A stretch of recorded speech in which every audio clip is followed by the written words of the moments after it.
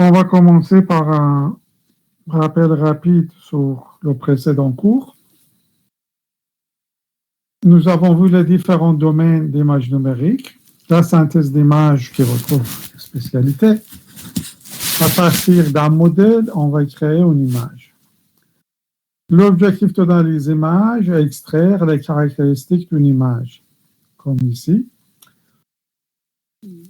En ce qui concerne la reconnaissance de forme, on va essayer de trouver les motifs qui existent dans une image.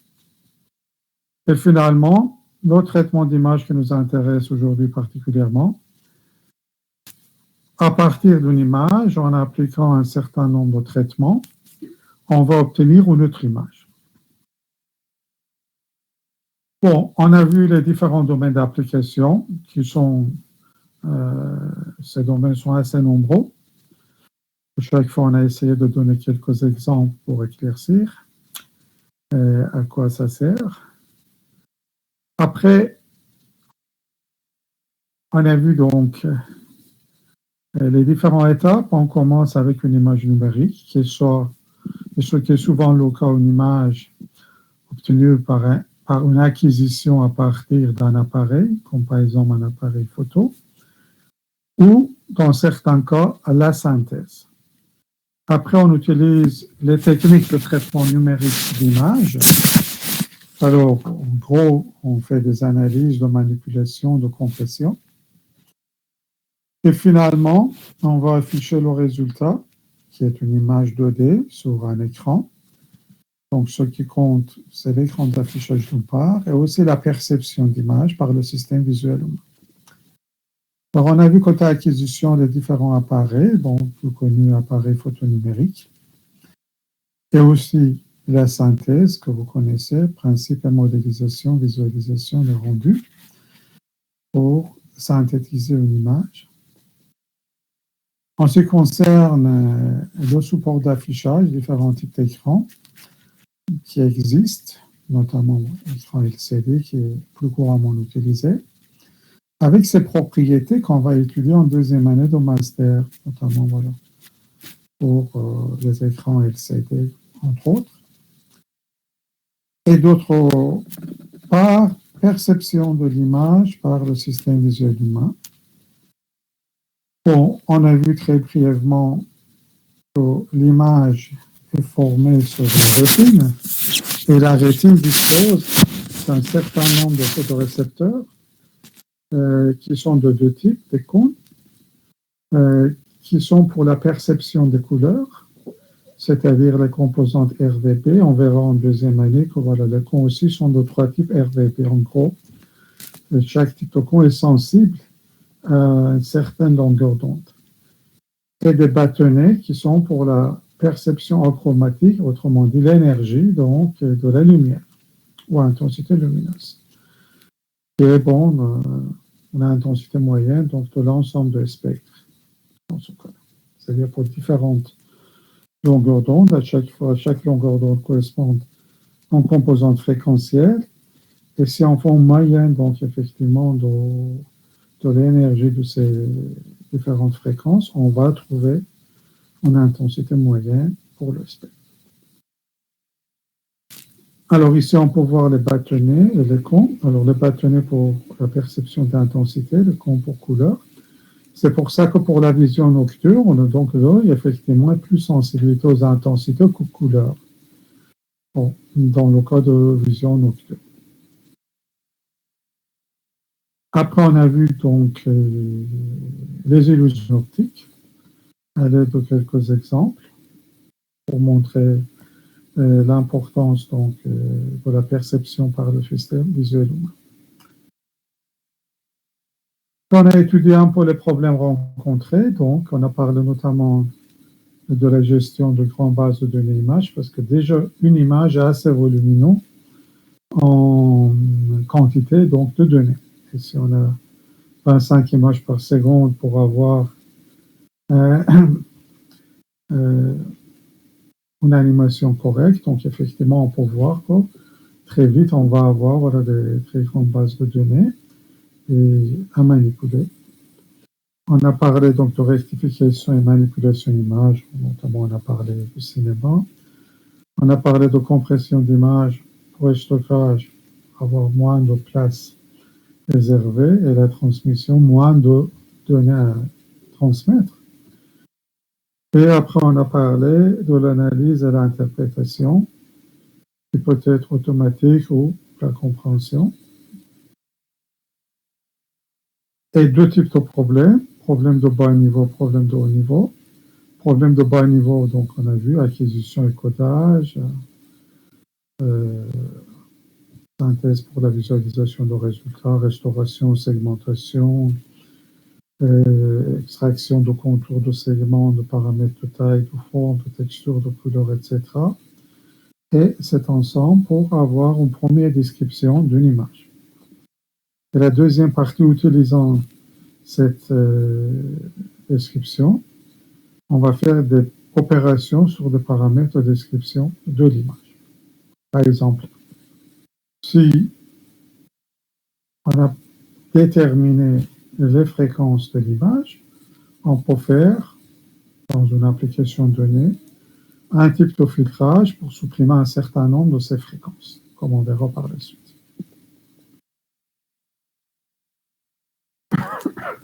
Alors, une image numérique, comme je vous ai dit, est un signal 2D, donc c'est une matrice de pixels. Chaque pixel, comme c'était le cas en synthèse d'image, est en général considéré comme pixel carré, donc de côté 1, donc carré unitaire. Mais c'est une forme donc de présentation, de représentation d'un pixel, parce qu'un pixel, physiquement, n'est pas autre chose qu'un point de mémoire de trempe. On peut avoir aussi d'autres types de pixels, hexagonales ou circulaires. Et suivant le type de pixel utilisé, notion de voisinage change. Ici, on a notion de 4 pixels immédiatement voisins, notion biconnexe, suivre ça. Ici, 6 voisins hexagonaux, donc en fonction du type de pixels utilisé. Après, on a parlé brièvement de couleurs. Donc, je vais vous rappeler ce qu'on avait déjà vu dans le fondement pour la synthèse d'image, le fondement informatique graphique. Couleurs visibles entre 400 nanomètres à 700 voire 800 nanomètres, ce qui représente une toute petite bande dans le spectre des ondes électromagnétiques. Inférieur à 400 nanomètres, on est dans la zone ultraviolette, car ici les fréquences sont élevées. Le rapport entre la fréquence et la longueur d'onde sont inversés. Et supérieur à 700 ou 800 nanomètres, on est dans la zone infrarouge, car ici les fréquences sont basses. Alors, la lumière visible est surtout utile pour la synthèse d'image, en traitement d'image. On utilise à la fois la lumière visible et aussi dans certains domaines d'application, lumière invisible, comme par exemple l'imagerie radar.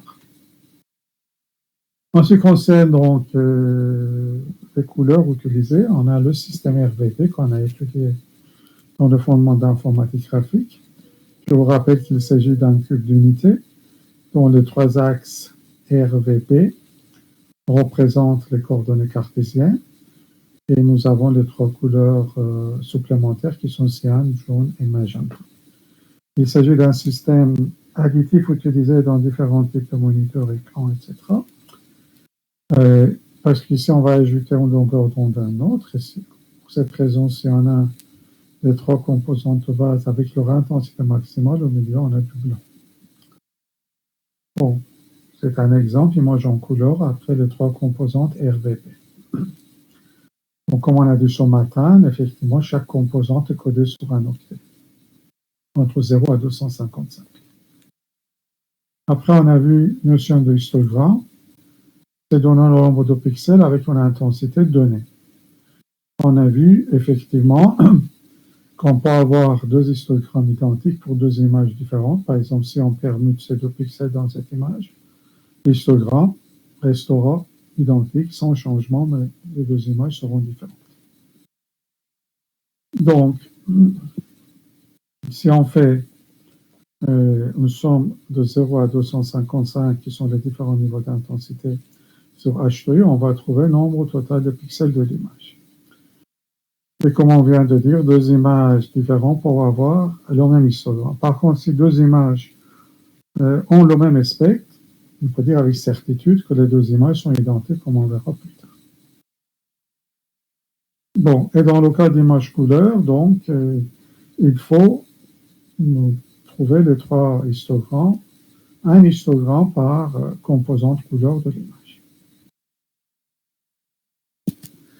Après, à la fin donc, de séance, on a vu les différents formats d'images, deux types de formats, sans compression.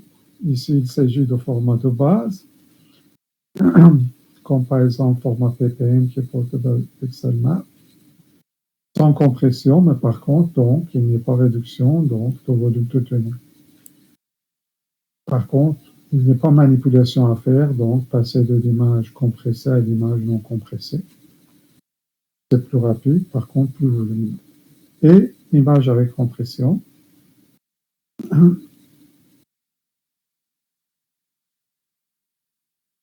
Dans ce cas-là, on peut utiliser soit la redondance spatiale ou la redondance temporelle pour la vidéo, pour réduire le volume de données sans perte de qualité, ou utilisation de l'élimination de certaines informations pas perceptibles qu'on ne pourra pas voir sur une image avec la définition ordinaire, sauf si on fait un agrandissement pour voir la différence entre les pixels voisins. Dans ce cas-là, on peut négliger la différence entre quelques pixels en ce qui concerne leur couleur, utiliser une seule valeur à la place de différentes valeurs, mais cette fois-ci, il y a une perte de l'information. Alors, donc, ce qui donne lieu à deux types de compression, avec perte de données ou sans perte de données. Alors, compression sans perte de données est basée sur redondance d'information, comme on avait dit. Par exemple, ici sur cette ligne, si on a une centaine de pixels de couleur blanche, ce n'est pas la peine de les coder chacun séparément et de les mémoriser.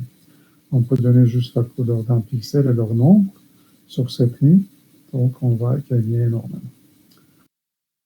C'est une opération réversible, on peut restituer fidèlement l'image de départ à partir de l'image compressée. Mais ce type de compression n'est pas très efficace pour réduire beaucoup le volume de données. Et pour ce type donc, de compression sans perte, notamment on peut parler de TIFF, Tag Image File Format, et PNG, qui est Portable Network Graphics. Après, on a la compression avec perte, basée à la fois sur la réduction de redondance, parce qu'il faut le faire, c'est la partie sans perte, mais étant donné que ce n'est pas très efficace pour faire une compression très efficace, il faut le combiner avec information pour perceptif et les éliminer. Donc, cette fois-ci, l'image n'est pas entièrement, ne peut pas être entièrement restituée fidèlement à partir de l'image compressée, car il y a eu une perte de l'information. Par contre, si c'est bien fait, ce n'est pas perceptible. Alors, notamment, on peut parler de format JPEG, Joint Photographic Experts Group. Donc, ce type donc, de compression qui est très utilisé, notamment dans des appareils d'images numériques, etc. Y a-t-il de questions sur le cours de ce matin avant qu'on continue avec un nouveau chapitre? Bon, est-ce que vous avez récupéré ce nouveau chapitre? Je vous ai envoyé juste après le cours de ce matin. Je ne sais pas si vous avez eu le temps. Parce que j'ai vu qu'en principe, le message était modéré, donc ça doit être distribué. Bon, est-ce que quelqu'un l'a reçu? Oui, moi je l'ai reçu. Moi. Oui, moi aussi je l'ai reçu. Si un est reçu, ça veut dire que l'image a été distribuée. Donc, le fichier a été distribué. Bon, alors ce nouveau chapitre, après cette introduction, maintenant on connaît un peu de quoi il s'agit, le traitement d'image. On va parler donc des domaines spatiaux et fréquentiels. Alors effectivement ici, il s'agit de choses qui sont relativement nouvelles pour vous comme informaticien, parce qu'il ne s'agit pas effectivement de connaissances scientifiques générales que vous avez eues dans vos études, et il ne s'agit pas de l'informatique, il n'y a pas d'algorithme pour l'instant, etc. Et c'est essentiellement ce qui est connu en traitement du signal.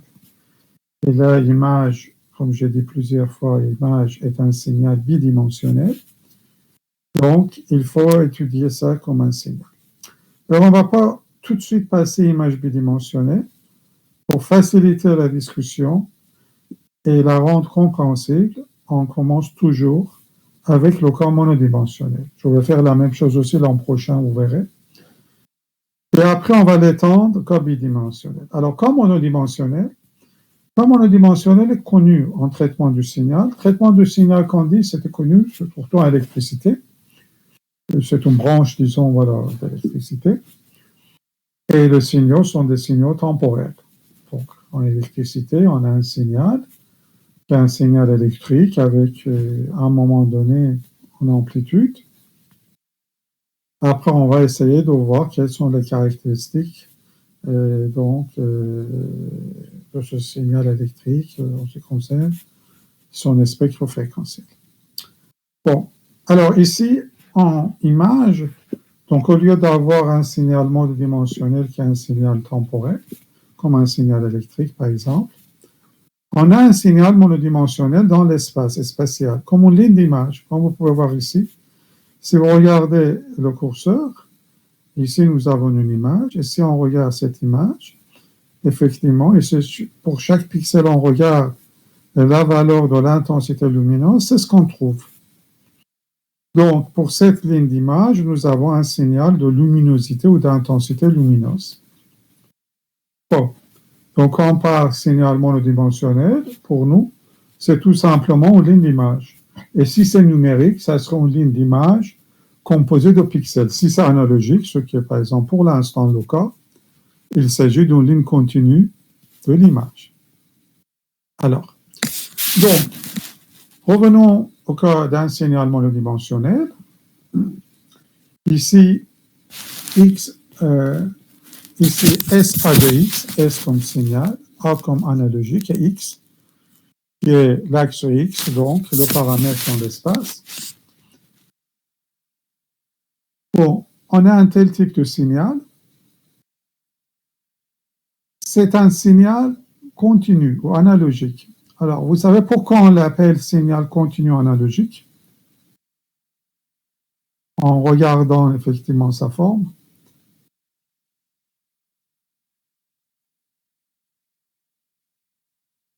C'est analogique parce que ces variations sont continues avec l'espace. Donc, quand vous passez de x égale 0 à certaines valeurs de x, vous voyez qu'il y a un changement continu d'amplitude.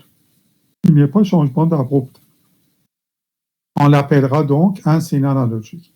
Alors, si nous avons un tel signal à support non borné dans l'espace, c'est-à-dire une ligne d'image très très longue, on pourra supposer non borné. Non borné, c'est théoriquement de moins infini à plus infini, mais bon, en gardant voilà, la proportion, si on a voilà, une grande image, qu'on peut considérer comme ça, non borné. Alors, il faut voir qu'est-ce qui se passe sous son spectre. Parce qu'ici, nous avons, ici ou là, nous avons la représentation spatiale avec intensité lumineuse. Alors, pour voir quel est son spectre, donc on connaît le signal dans l'espace, SA de X, on va utiliser un outil mathématique qui est transformé de Fourier, enfin plus exactement un outil de traitement du signal, pour obtenir à partir de SA de X, SA de F, S en majuscule, comme signal, cette fois-ci pour distinguer avec S en minuscule, c'est un signal dans l'espace, A toujours comme analogique, F cette fois-ci, domaine fréquentiel. Bon, alors si on regarde, par exemple, on va obtenir quelque chose de ce genre avec une fréquence maximale limitée à Fmax. Donc, si le signal dans le domaine spatial est à support non borné, ça serait un signal à support borné dans le domaine fréquentiel. Ici, nous avons le spectre du signal. Alors, si on regardait la relation qui décrit la transformée Fourier, par ailleurs, je vous signale tout de suite que ce n'est pas nécessaire, même si un jour il y a un examen, un document interdit, de connaître la formule par cœur. Je vais vous donner les formules si c'est nécessaire. Donc, il n'y a rien à prendre comme formule par cœur. Par contre, il faut comprendre les différentes notions. Alors, si on regarde ça, on peut voir qu'il y a intégrale de moins infini à plus infini, SA de x signal analogique, multiplié par E, sur exponentielle, moins I de pi f x. I, vous savez, c'est un nombre imaginaire, donc parce qu'on est dans le domaine complexe. 2 pi f. 2 pi f est connu, vous l'avez vu dans vos cours de physique si vous n'avez pas oublié.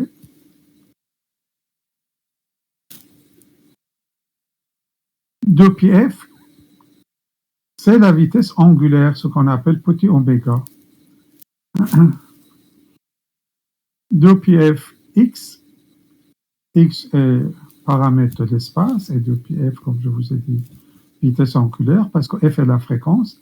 Nombre de tours qu'on va faire si vous avez un cercle et vous êtes en train de vous déplacer sur le cercle, nombre de fois que vous allez tourner autour du cercle, si vous vous rappelez vos cours de physique. Et multiplié par 2pi, ça va donner la distance parcourue sur le cercle dans l'unité de temps qui est seconde, et ça va donner vitesse angulaire, donc f est en fréquence. Si on est dans le domaine temporel, l'unité est Hertz. Dans le domaine spatial, l'unité est cycle par unité de distance, parce que Hertz n'est pas autre chose que cycle par seconde. Et ici, au lieu d'avoir le temps, on a l'espace. Donc, l'unité sera cycle par unité de distance qui est, par exemple, mètre pour l'espace. Bon. Donc, si on regarde cette relation moins infini à plus infini, on constate que transformer Fourier est un outil de traitement du signal qui est symétrique. C'est pour ça que si nous avons plus Fmax, nous avons moins Fmax. Il faut savoir que les fréquences négatives n'ont pas réalité physique. On obtient parce que l'outil est symétrique. Sinon, les fréquences physiques sont entre 0 et Fmax pour ce signal. Bon, donc, ça c'est le signal analogique. À l'aide de transformer Fourier, on obtient le spectre de ce signal analogique, qui est symétrique, ici, avec la fréquence maximale Fmax, si cette ligne d'image à support non borné, sa fréquence sera limitée à Fmax. Y a-t-il de questions pour l'instant? N'hésitez pas, s'il y a des questions, des ambiguïtés, il faut poser vos questions parce que, autant que pour le reste, bon, vous avez des bases, et vous êtes censé de connaître aussi. Oui, allez-y. Monsieur, oui, est-ce que vous pouvez expliquer la formule, s'il vous plaît? Cette formule? Ouais.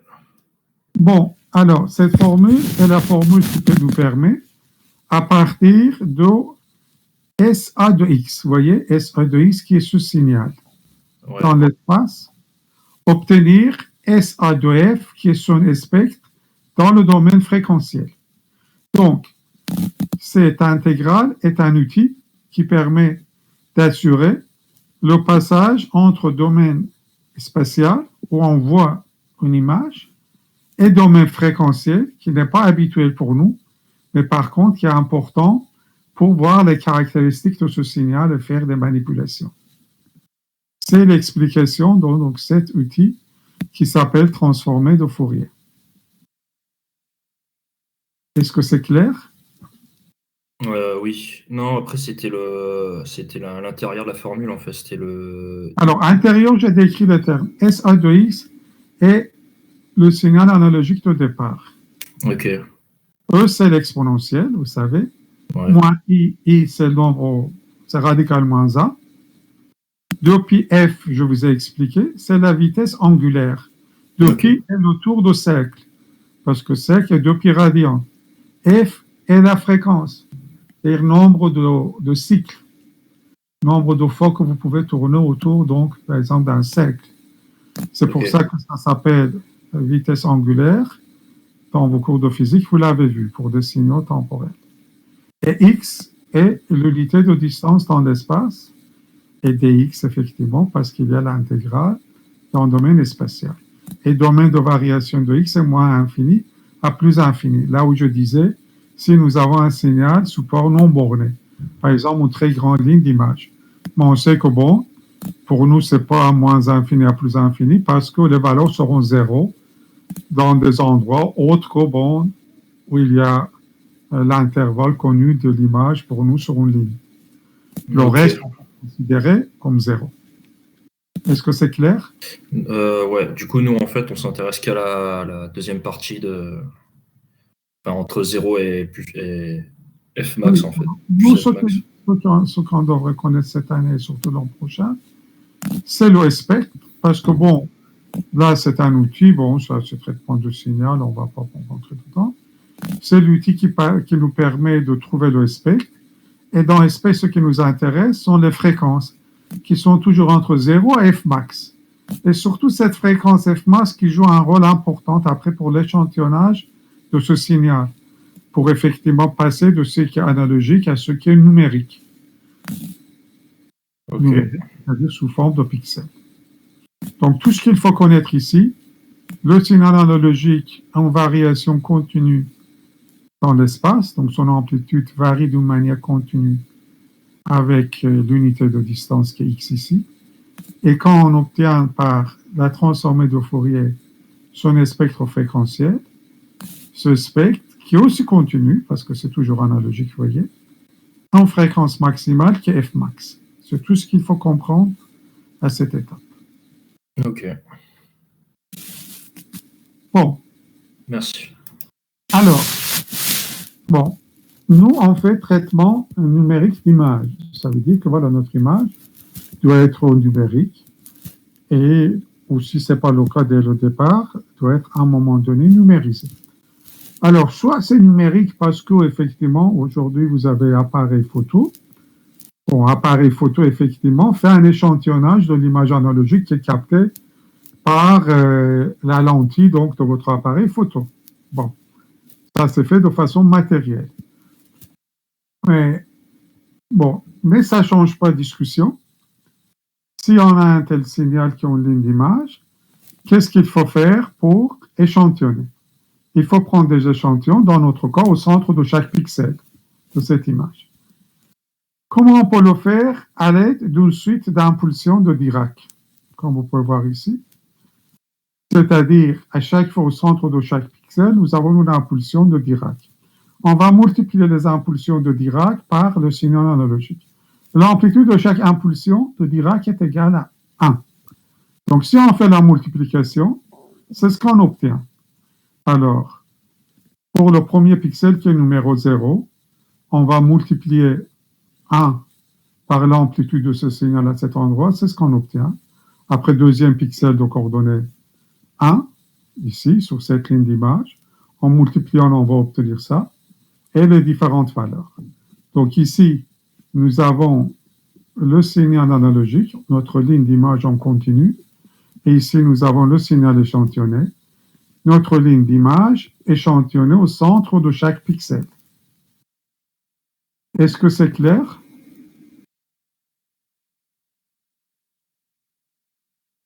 N'hésitez pas, s'il y a des questions d'ambiguïté, vous me posez vos questions. Donc, ça c'est l'étape de l'échantillonnage. Vous vous rappelez, on avait parlé de cette étape d'échantillonnage, pas de façon aussi détaillée, dans le cours de premier semestre. Est-ce que quelqu'un se rappelle?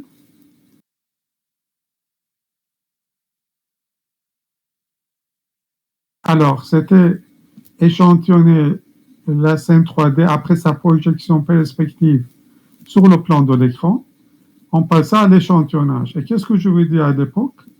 Je dis ça à l'origine des problèmes d'aliasage. C'est ce qu'on va étudier en deuxième année de master.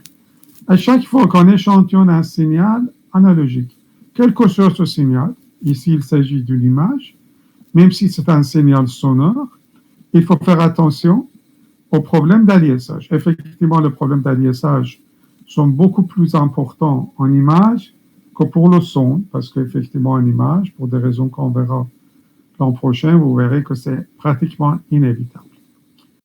Bon, alors, donc, au terme de synthèse d'image, si on était en synthèse d'image, on aurait projeté notre sein sur le plan de l'écran, qui est analogique, et après, on a pris des échantillons au centre de chaque pixel. Ou ici, il s'agit d'une ligne d'image, donc on le fait pour une ligne.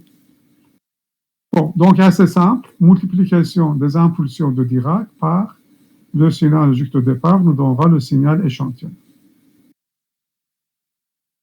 Bon, maintenant, ce qui nous intéresse, c'est savoir qu'est-ce qui se passe avec le spectre du signal échantillonné.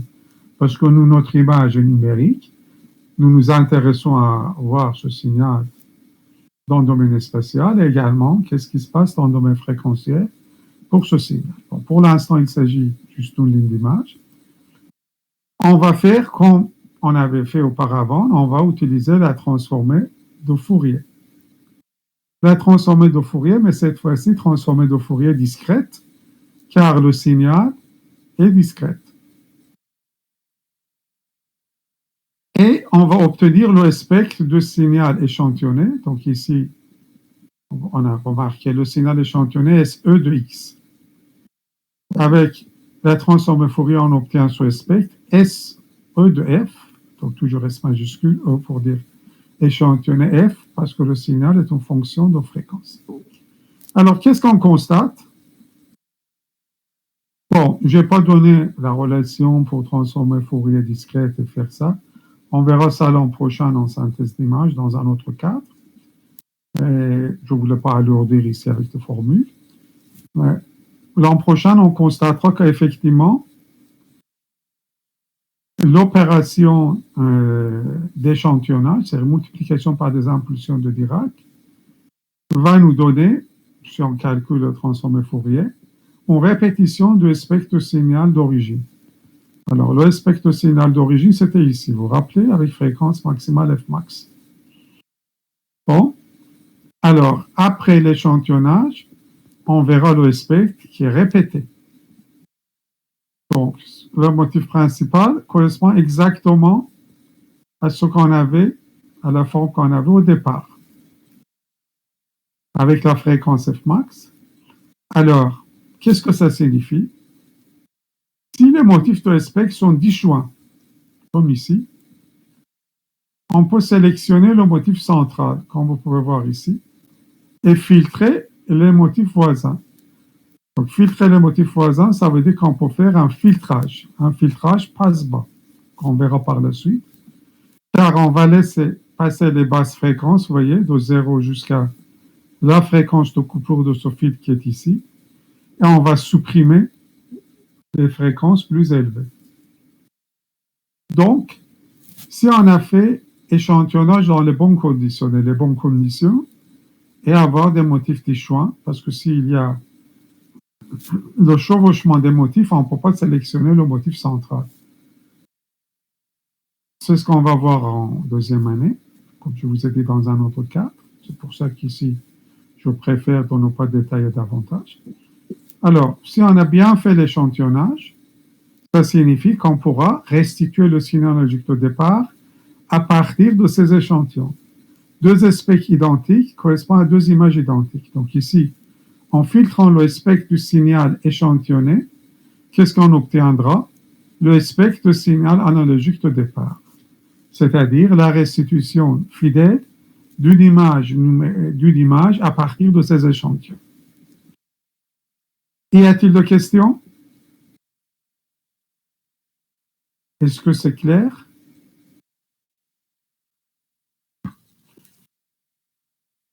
Bon, écoutez. Donc, on va continuer. De toute façon, la prochaine fois, je vais faire un rappel. Vous avez le temps d'assimiler davantage s'il y a des questions.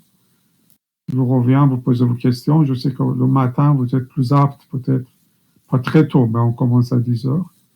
à poser des questions que peut-être début d'après-midi, surtout lors du démarrage du semestre. Bon. Maintenant, on va, si vous avez compris ce que j'espère, la discussion dans le camp monodimensionnel, on va tout simplement généraliser cette discussion au cas d'un signal bidimensionnel. Bon, je vous rappelle toujours au passage que l'image est un signal bidimensionnel. Donc, cette fois-ci, au lieu d'avoir une ligne d'image, on va considérer toute une image. Donc, les lignes et les colonnes de l'image. Alors, dans le domaine spatial, quand on a une image analogique, SA de UV.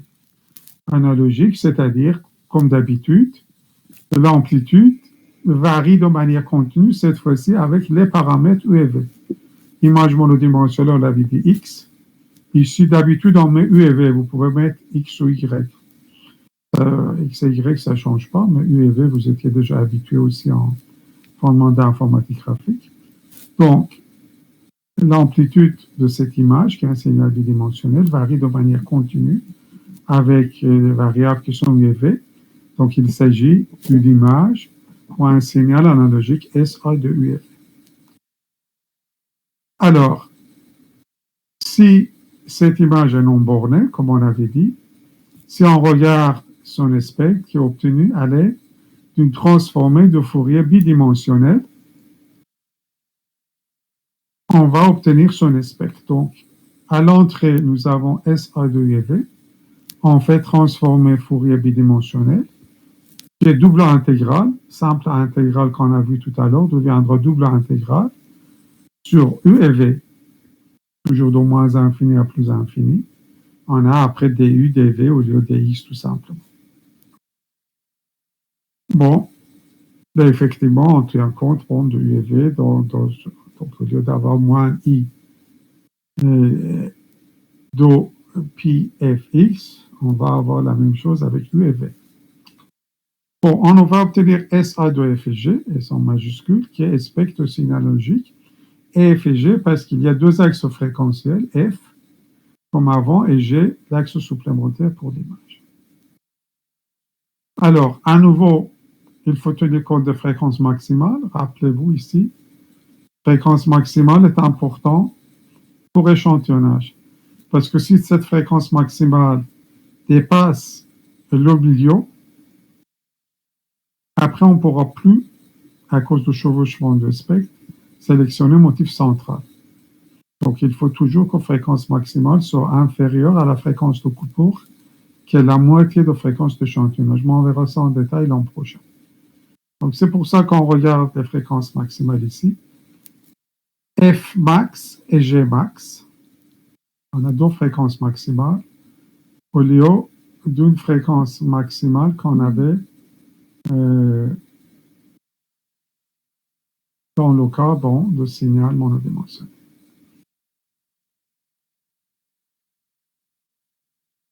Bon, et maintenant, qu'est-ce qu'il faut faire? Il faut échantillonner ce signal. Donc, on va utiliser toujours la même chose, une suite, mais cette fois-ci bidimensionnelle, donc d'impulsion de Dirac. C'est-à-dire au centre de chaque pixel, on va mettre une impulsion de Dirac. Et on va multiplier donc le signal logique par impulsion de Dirac. Bon, alors, transformer Fourier discrète, donc comme je vous avais dit, mais vous n'êtes pas du tout obligé de connaître par cœur. C'est deux intégrales moins infini plus infini sur U et V, et c'est simplement la généralisation de formule précédente. Et les fréquences F et G sont les fréquences spatiales avec unité, comme la dernière fois, cycle par unité de distance dans chaque sens. Alors, bon, comme je disais donc, pour échantillonnage, on va utiliser une suite bidimensionnelle d'impulsion de Dirac. Donc, on va multiplier ce signal analogique bidimensionnel qu'on voit ici par cette suite bidirectionnelle d'impulsion, par une suite bidirectionnelle d'impulsion de Dirac pour obtenir le signal échantillonné qui est SE de UV. Donc, vous voyez, à chaque fois, on a multiplié l'impulsion de Dirac dans l'amplitude égale à 1 au centre de chaque pixel par l'amplitude donc de l'image ou l'intensité de l'image. Et c'est ce qu'on obtient. Donc, c'est l'image échantillonnée sous forme de pixels. Alors, ce qui est important pour nous connaître, donc le spectre signal échantillonné. Et si on avait développé les relations, donc pour échantillonnage, on aurait vu que effectivement le spectre signal échantillonné est une répétition du spectre donc de l'image analogique de départ. Si l'échantillonnage est bien fait, les motifs sont disjoints. Si les motifs sont disjoints, ça veut dire qu'on pourra sélectionner le motif central cette fois-ci à l'aide d'un filtre passe-bas bidimensionnel, exactement comme dans le précédent cas, en le généralisant au cas bidimensionnel. Donc, au lieu d'avoir un rectangle qui représente filtrage passe-bas pour le dimensionnel, on va avoir donc un parallélépipède qui représentera le filtrage passe-bas bidimensionnel pour sélectionner le motif central et supprimer les autres motifs. Alors, donc, si on arrive à trouver entièrement sans chevauchement le motif central et le sélectionner, à l'aide d'un filtrage passe-bas, on peut restituer fidèlement l'image à partir de ces échantillons. Donc, c'est ce qu'on va essayer de faire en synthèse d'image, vous verrez, en deuxième année pour éviter les problèmes d'aliasage. C'est là qu'on fait le traitement d'image en synthèse d'image, comme je vous ai dit, son bac. Bon, donc on avait vu comment on pourra obtenir l'image échantillonnée numérique et quelle est la représentation d'image dans le domaine spatial, vous connaissez les images qu'on voit tous les jours, et surtout dans le domaine fréquentiel, ce qui est moins habituel. Mais les deux représentent la même image, sauf qu'une représentation est intuitivement et naturellement connue, l'autre non. On l'obtient à l'aide donc de transformés Fourier dans le sens image et spectre. Bon, je vous dis au passage, on peut faire aussi transformé Fourier inverse. C'est que si vous avez le spectre, et si vous faites le transformé Fourier inverse, c'est-à-dire l'inverse de ce que nous avons ici, vous allez obtenir l'image de départ, c'est-à-dire ce que nous avons ici. Donc, si on a l'une, on va obtenir l'autre. Si on a l'image, on va obtenir le spectre. Si on a le spectre, on va obtenir l'image. Oui?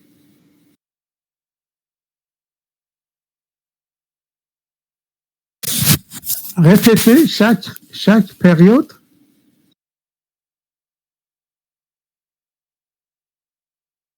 Représente, vous pouvez répéter, je vous entends mal. Représente quoi? Non, pas du tout. Je reviens sur le cas analogique de départ. Ici, vous voyez, c'est notre ligne d'image. Vous voyez notre ligne d'image, c'est un exemple grêle ici. C'est notre ligne d'image. Okay? Bon. Ou disons ici ce qu'on voit en vert, par exemple, dans un cas, c'est notre ligne d'image. Alors, ça, c'est le spectre. D'accord? Bon. Alors, ce que nous avons ici pour le spectre, c'est une répétition du spectre signal initial. C'est-à-dire, si on peut séparer les motifs et sélectionner le motif central, comme je vous ai dit, on obtient l'image de départ et dans ce cas-là, la ligne d'image que nous avons. Mais si on arrive à avoir des motifs disjoints, séparés ici, ce n'est pas toujours le cas. Donc, si on a ça, ça correspond effectivement au signal de départ. Et si votre signal de départ est une ligne d'image, ça représente effectivement la ligne d'image. Mais à condition que les motifs sont disjoints. Ça, c'est le cas. Et dans le cas bidimensionnel, pareil, chaque motif, c'est pas chaque période, vous avez dit période. Période, c'est autre chose. Alors, je vais vous expliquer. Chaque motif représente l'image de départ si séparée des autres motifs. Alors, quelle est la différence entre période et voilà, motif ici? Période est nombre de répétitions par unité de distance. Par exemple, si vous avez un signal sinusoïdal Et si vous avez, dans le temps, on dit en Hertz, nombre de répétitions, dans l'espace cycle par unité de distance, si ce signal sinusoïdal se répète 4, 5, 6 fois, vous avez effectivement sa fréquence. Et qu'est-ce que c'est qu'une période? C'est la distance entre le moment où un signal sinusoïdal a une amplitude 0, qui remonte à son amplitude maximale, qui descend, qui revient à 0, qui va passer dans la partie négative, qui obtient l'amplitude maximale en négatif, et on revient à 0. Donc, ça fait 2 cycles, 2 demi-cycles, si vous voulez. Ça s'appelle une période. C'est-à-dire, entre le moment de départ et le moment que le signal se répète. Ça s'appelle une période. Donc, ici, on ne pourra pas parler de période, on peut parler de motif. Période est nombre de répétitions, et l'inverse de période est la fréquence. Bon, est-ce que c'est clair? You are now unmuted. You are now muted. Y a-t-il d'autres questions?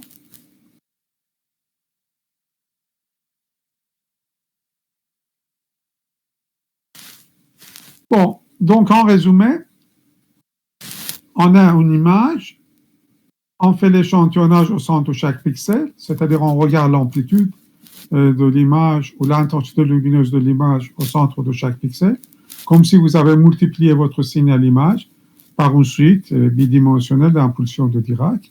Et nous avons l'image échantillonnée et nous avons aussi son esprit. Si les motifs sont disjoints, l'image échantillonnée représente bien l'image analogique de départ. Et c'est l'objectif quand c'est possible. Donc on verra en synthèse d'image de façon plus détaillée l'an prochain quand on va parler de l'alliessage et de l'anti-alliessage. Bon, alors on va voir un peu des choses. On avait déjà vu dans l'introduction, si vous vous rappelez, une image et sa transformée Fourier. Mais par contre, voilà, je peux revenir un peu sur cette image. Mais par contre, ce n'était pas très simple d'expliquer des choses sur cette image. Voilà ce qu'on avait vu. Image transformée Fourier. Bon, ici, ça ne signifie rien. Donc, ce n'est pas la peine de commencer à expliquer le spectre transformé Fourier sur une image de ce genre. Par contre, on peut l'expliquer dans des cas simplifiés, comme on peut voir ici. Et c'est ce qu'on va essayer de faire. Ici, nous avons des barres qui sont noirs et blancs. Vous pouvez considérer comme un signal sinusoïdal monodimensionnel. Bon, vous voyez, c'est noir, après ça devient gris, bon, ça devient gris, ça devient blanc, à nouveau gris, etc. On a des alternances ou des périodes. Alors, si on regarde transformé Fourier, qu'est-ce qu'on voit? On voit 3 points, ici, regardez. Alors, le point central, c'est le point de fréquence 0. Qu'est-ce que c'est que la fréquence 0? C'est la valeur moyenne, c'est-à-dire l'intensité moyenne qui est fréquence 0, c'est une certaine valeur, ça représente composante fréquence 0 avec une amplitude, donc c'est la valeur moyenne. Et après ici, vous avez un autre point. Ce point correspond à notre composante fréquentielle avec ses fréquences. Alors, c'est fréquences parce que c'est bidimensionnel. Mais qu'est-ce qu'on constate? Dans ce sens-là, il n'y a pas de variation. Soit vous avez toujours noir, soit toujours vous avez du blanc, soit toujours vous avez même niveau de gris. Donc ici, comme si on avait un signal monodimensionnel pour la fréquence. Juste le changement est dans ce sens-là. C'est pour ça qu'effectivement ici, il y a juste une fréquence dans un sens. Vous voyez, ça reste fréquence 0 dans un axe, donc fréquence différente de 0 sur l'autre axe. Et il y a une seule fréquence. Parce qu'un signal sinusoïdal est un signal pur, monofréquentiel, comme la définition que vous avez connue pour une couleur pure. Ici aussi, un signal sinusoïdal est un signal monofréquentiel. Donc ça, c'est fréquence 0, valeur moyenne, et c'est la composante fréquentielle, seule composante fréquentielle, qui nous donne pour cette fréquence, quelle est l'amplitude? Donc, plus l'amplitude est élevée, plus ce point représente une intensité importante. Ici, c'est la visualisation graphique de transformé Fourier, tout simplement. Bon, et ce que nous avons à gauche, rappelez-vous, transformé Fourier est un outil symétrique, n'a pas réalité physique, parce qu'ici, c'est fréquence 0. Bon, donc si vous voulez, les vraies fréquences qui sont positives ou nulles sont dans le carré qui est en haut, à droite. Et partout ailleurs, il y a toujours notion de fréquence négative qui vient de la symétrie de transformé Fourier. Alors, donc regardez cette image et la transformée Fourier et la distance entre les points. D'accord? Et maintenant, regardez cette image. Cette image, ça vous semble plus flou. Plus flou, ça veut dire que par rapport à l'autre, il y a moins de changements d'intensité. Il y a des changements d'intensité plus graduels. Donc, l'image est moins contrastée, plus floue, ça veut dire qu'il y a moins de fréquences élevées. Vous voyez? Ici, la fréquence est plus élevée car il y a plus d'alternance qu'ici. Et qu'est-ce qu'on constate? Par rapport au cas précédent, on voit qu'effectivement, la composante fréquentielle est plus proche de 0. Vous voyez? C'est tout près. Point central, si vous voyez bien sur votre écran, c'est la fréquence 0 et son amplitude représente la valeur moyenne de l'image. Et ici, c'est la seule composante fréquentielle, parce qu'ici, l'image est sinusoïdale monodimensionnelle, et qui est plus proche de 0 que dans le cas précédent. Donc, ça veut dire que cette image est considérée comme haute fréquence par rapport à cette image qui est considérée basse fréquence.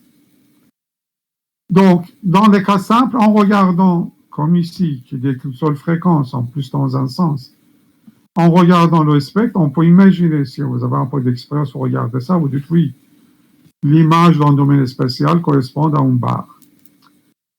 Si c'était bidimensionnel, c'est-à-dire un damier, voilà, vous aviez des fréquences aussi par là. Bon. Ça, c'est simple à dire.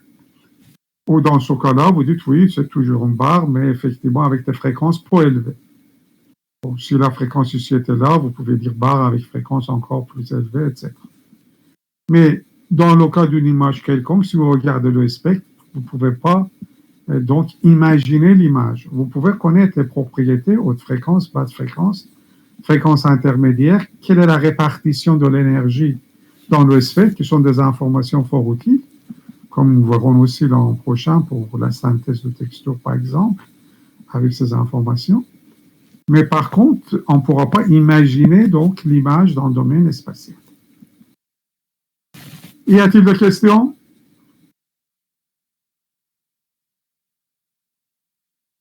Bon, ici, c'est pour une image réelle, donc, et transformé Fourier. Vous pouvez voir que c'est parfaitement symétrique. C'est-à-dire, vous voyez, ça c'est symétrique avec ça c'est symétrique avec ça. Mais par contre, les vraies fréquences, les fréquences réelles sont là. En regardant le spectre, vous ne pouvez pas imaginer, voilà, que cette image qui est derrière l'image de la dame, qui correspond exactement à ce spectre. Donc, comme j'avais dit, et je vous rappelle ici, dans ce sens, on utilise transformé Fourier direct. On passe de l'image à la fréquence, au spectre, et dans ce sens, on fait l'inverse. On passe du domaine fréquentiel à l'aide d'un transformé de Fourier inverse, domaine spatial, pour voir l'image. Alors, c'est pour cette raison que si deux images sont identiques, deux spectres sont identiques, deux images sont identiques. Ce n'est pas comme histogramme. Y a-t-il de questions?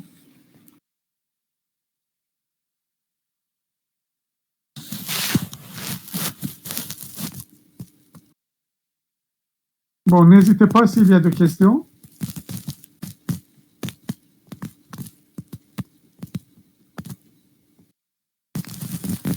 Alors, s'il n'y a pas de questions, je vais continuer un peu sans rentrer dans le détail parce que ça va faire trop. On va continuer avec le chapitre sur filtrage. Je ne vais pas par les différents de filtrage, à nouveau une discussion théorique. Mais on va se focaliser sur le filtrage un peu. Alors, le filtrage est une opération très courante en traitement d'image. Alors, on fait le filtrage dans différents cas. Suppression de bruit, restauration, détection de contours, etc. Bon, je vais parler un peu de tout ça sans rentrer dans différents types de filtres. Alors, ici, nous avons une image, vous voyez, une image broutée avec beaucoup de bruit. Si on applique un filtrage, on peut obtenir une image avec moins de bruit, donc image plus nette. Comment on peut passer de l'une à l'autre? Bon, là, je vais vous dire, je vais vous donner une réponse. La réponse est faire un filtrage passe-bas. Pourquoi? Pourquoi si on fait un filtrage passe-bas, à votre avis, de cette image avec du bruit, on va arriver à une image sans bruit? Alors, l'explication peut être là. Sur le spectre, ici, on a le spectre d'un signal, d'une image qui n'a pas de bruit. Bon, le bruit que nous avons ici, c'est un bruit blanc, c'est-à-dire partout, on a la même chose. Le signal a du bruit un peu partout de façon uniforme. Est-ce que quelqu'un pourra m'expliquer pourquoi si on fait un filtrage passe-bas qui va laisser passer les basses fréquences et pas les autres fréquences, va améliorer la qualité d'une image avec du bruit? Et on fait la même chose aussi, c'est pas uniquement une image, on fait la même chose aussi pour le son. Effectivement, on peut avoir des filtres passe-bas, et filtres passe-bas, si vous vous rappelez au cours d'électricité, sont à base donc de condensateurs et de résistance pour supprimer du bruit pour un son en analogique. Si en numérique aussi, on peut faire filtrage passe-bas numérique pour supprimer donc du bruit. Quand on parle par exemple de masterisation du son, on fait différentes opérations de ce genre. Bon, alors on revient à notre discussion pour ce premier exemple. Est-ce que vous avez une idée pourquoi en faisant un filtrage passe-bas, on peut supprimer le bruit et obtenir cette image? Et j'ai dit pour obtenir la réponse, il faut vous dire qu'est-ce qui se passe si ici on a une image avec du bruit, qu'est-ce qui se passe sur son spectre, et après vous pouvez dire pourquoi un filtrage passe-bas qui va nous limiter juste à une partie de basse fréquence va permettre d'obtenir une image sans bruit.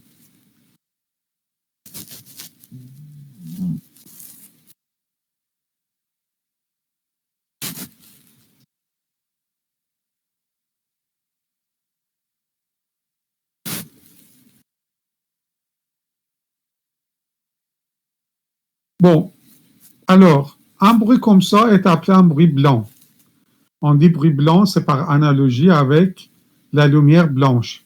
Si vous vous rappelez ce qu'on avait dit au premier semestre, donc le spectre représente différentes longueurs d'onde. Si vous mélangez toutes les longueurs d'onde, vous additionnez l'ensemble, on va obtenir de la lumière blanche. C'est-à-dire, là-dedans, il y a toutes les longueurs d'onde ou toutes les fréquences associées à ces longueurs d'onde. Pour un bruit blanc, c'est la même chose, c'est-à-dire un bruit blanc est présent partout. Il y a toutes les fréquences, à la fois des basses fréquences que des fréquences intermédiaires que des fréquences, des autres fréquences. Et partout dans le domaine fréquentiel, on a le bruit présent avec la même force, avec même amplitude. Alors revenons au spectre. Ça veut dire si on a du bruit ici, ça veut dire que partout, sur chaque composante, vous ajoutez aléatoirement une certaine quantité d'énergie qui correspond au bruit. Et cette quantité d'énergie est à peu près identique, car le bruit est blanc, pour toutes les composantes fréquentielles. Bon. Alors, qu'est-ce qui se passe quand on fait un filtrage passe-bas? Bon, on fait un filtrage, par exemple ici, on va laisser passer les basses fréquences, on va supprimer l'ensemble des autres fréquences. Bon, c'est-à-dire, on va supprimer une grande partie des autres fréquences qui appartiennent au bruit. Parce que l'image initiale servait qu'à certaines autres fréquences. Les autres fréquences d'image sont où? Dans les ondes de transition. Quand vous changez de façon abrupte l'intensité lumineuse. Par exemple, si vous avez un damier, quand vous passez d'une case blanche à une case noire, il y a un fort changement d'intensité abrupte et vous allez avoir des autres fréquences. Bon. Mais au milieu des cases noires ou blanches, vous avez fréquence zéro parce que ça ne change pas. Donc, dans une image, c'est pareil. À des endroits très limités, vous avez des hautes fréquences. En plus, ils ne sont pas des extrêmes hautes fréquences. Bon.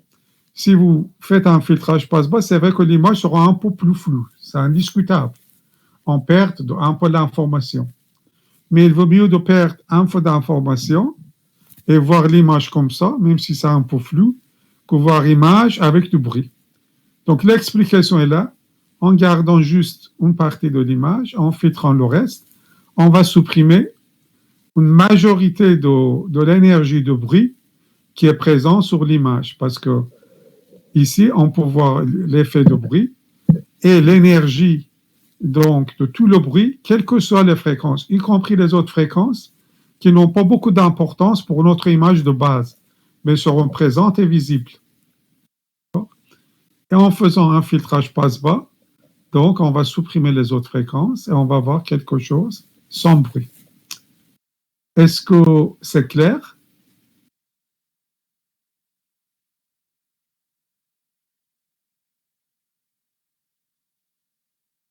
Alors, quand vous ne répondez pas, soit c'est clair, j'ai un peu de doute, soit vous ne voulez pas poser de questions. Bon. De toute façon, voilà, c'est expliquant ce comme ça. Considérez le bruit comme petit point aléatoire partout, et chaque point avec une certaine énergie. Si vous les éliminez tous, par exemple, vous avez éliminé 85% ou 90% de l'énergie de bruit, et c'est pour ça que vous voyez l'image sans bruit. Bon. Après restauration, donc, bon, alors restauration, c'est au sens donc d'élimination de bruit, on a donné un exemple. Si restauration est au sens donc de voir des choses dans certains endroits, donc on peut faire avec différents types de filtrage. Par exemple, si on fait filtrage PASO, on va mettre l'accent sur les zones de transition, les autres fréquences. Donc, on va les mettre en évidence. Et c'est pour ça qu'on peut faire détection de contours. Parce que, comme je viens de vous dire, les autres fréquences, c'est dans les zones d'alternance entre les différentes variations de couleur ou de niveau de gris. Par exemple, passage entre noir et blanc, qui correspond à ces autres fréquences. Donc, effectivement, si on utilise un filtrage passe-haut, cette fois-ci, on va détecter les contours. Par exemple, si on fait un filtrage passe-haut sur cette image, on va voir les contours. Vous verrez quand on va en parler la semaine prochaine, on verra les contours de l'image. L'image, on ne verra pas tellement, c'est flou, parce qu'on a supprimé les informations qui ne sont pas de nature haute fréquence, on a gardé juste les autres fréquences. Donc, ça nous permet de faire effectivement différentes opérations nécessaires à l'aide de différents types de filtres. On a 3 types de filtres, passe-haut, passe-bas et passe-pente, qu'on va étudier donc la semaine prochaine. Y a-t-il des questions sur l'ensemble de cours, si vous m'entendez toujours?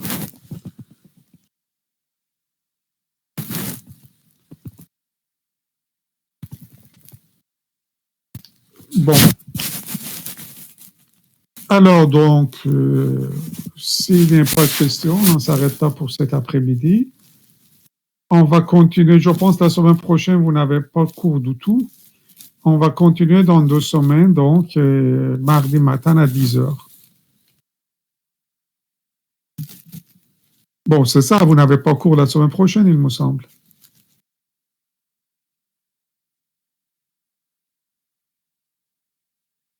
Non, vous ne savez pas? Non, du coup, non. Ok, Enfin, on verra dans 2 semaines. Alors, je vais faire un rappel sur la dernière partie de cours. Notamment, je pense qu'il y a des choses sur le domaine fréquentiel. Vous avez eu le temps d'assimiler un peu. Si vous regardez avant de venir au cours un tout petit peu, ça serait bien, car vous pouvez poser des questions. Bon, on va continuer donc la semaine prochaine. On va voir les différents types de filtres la semaine prochaine. Donc, je vais vous envoyer le support de cours avant. Bon, si vous n'avez pas de questions, donc, je vous dis au revoir.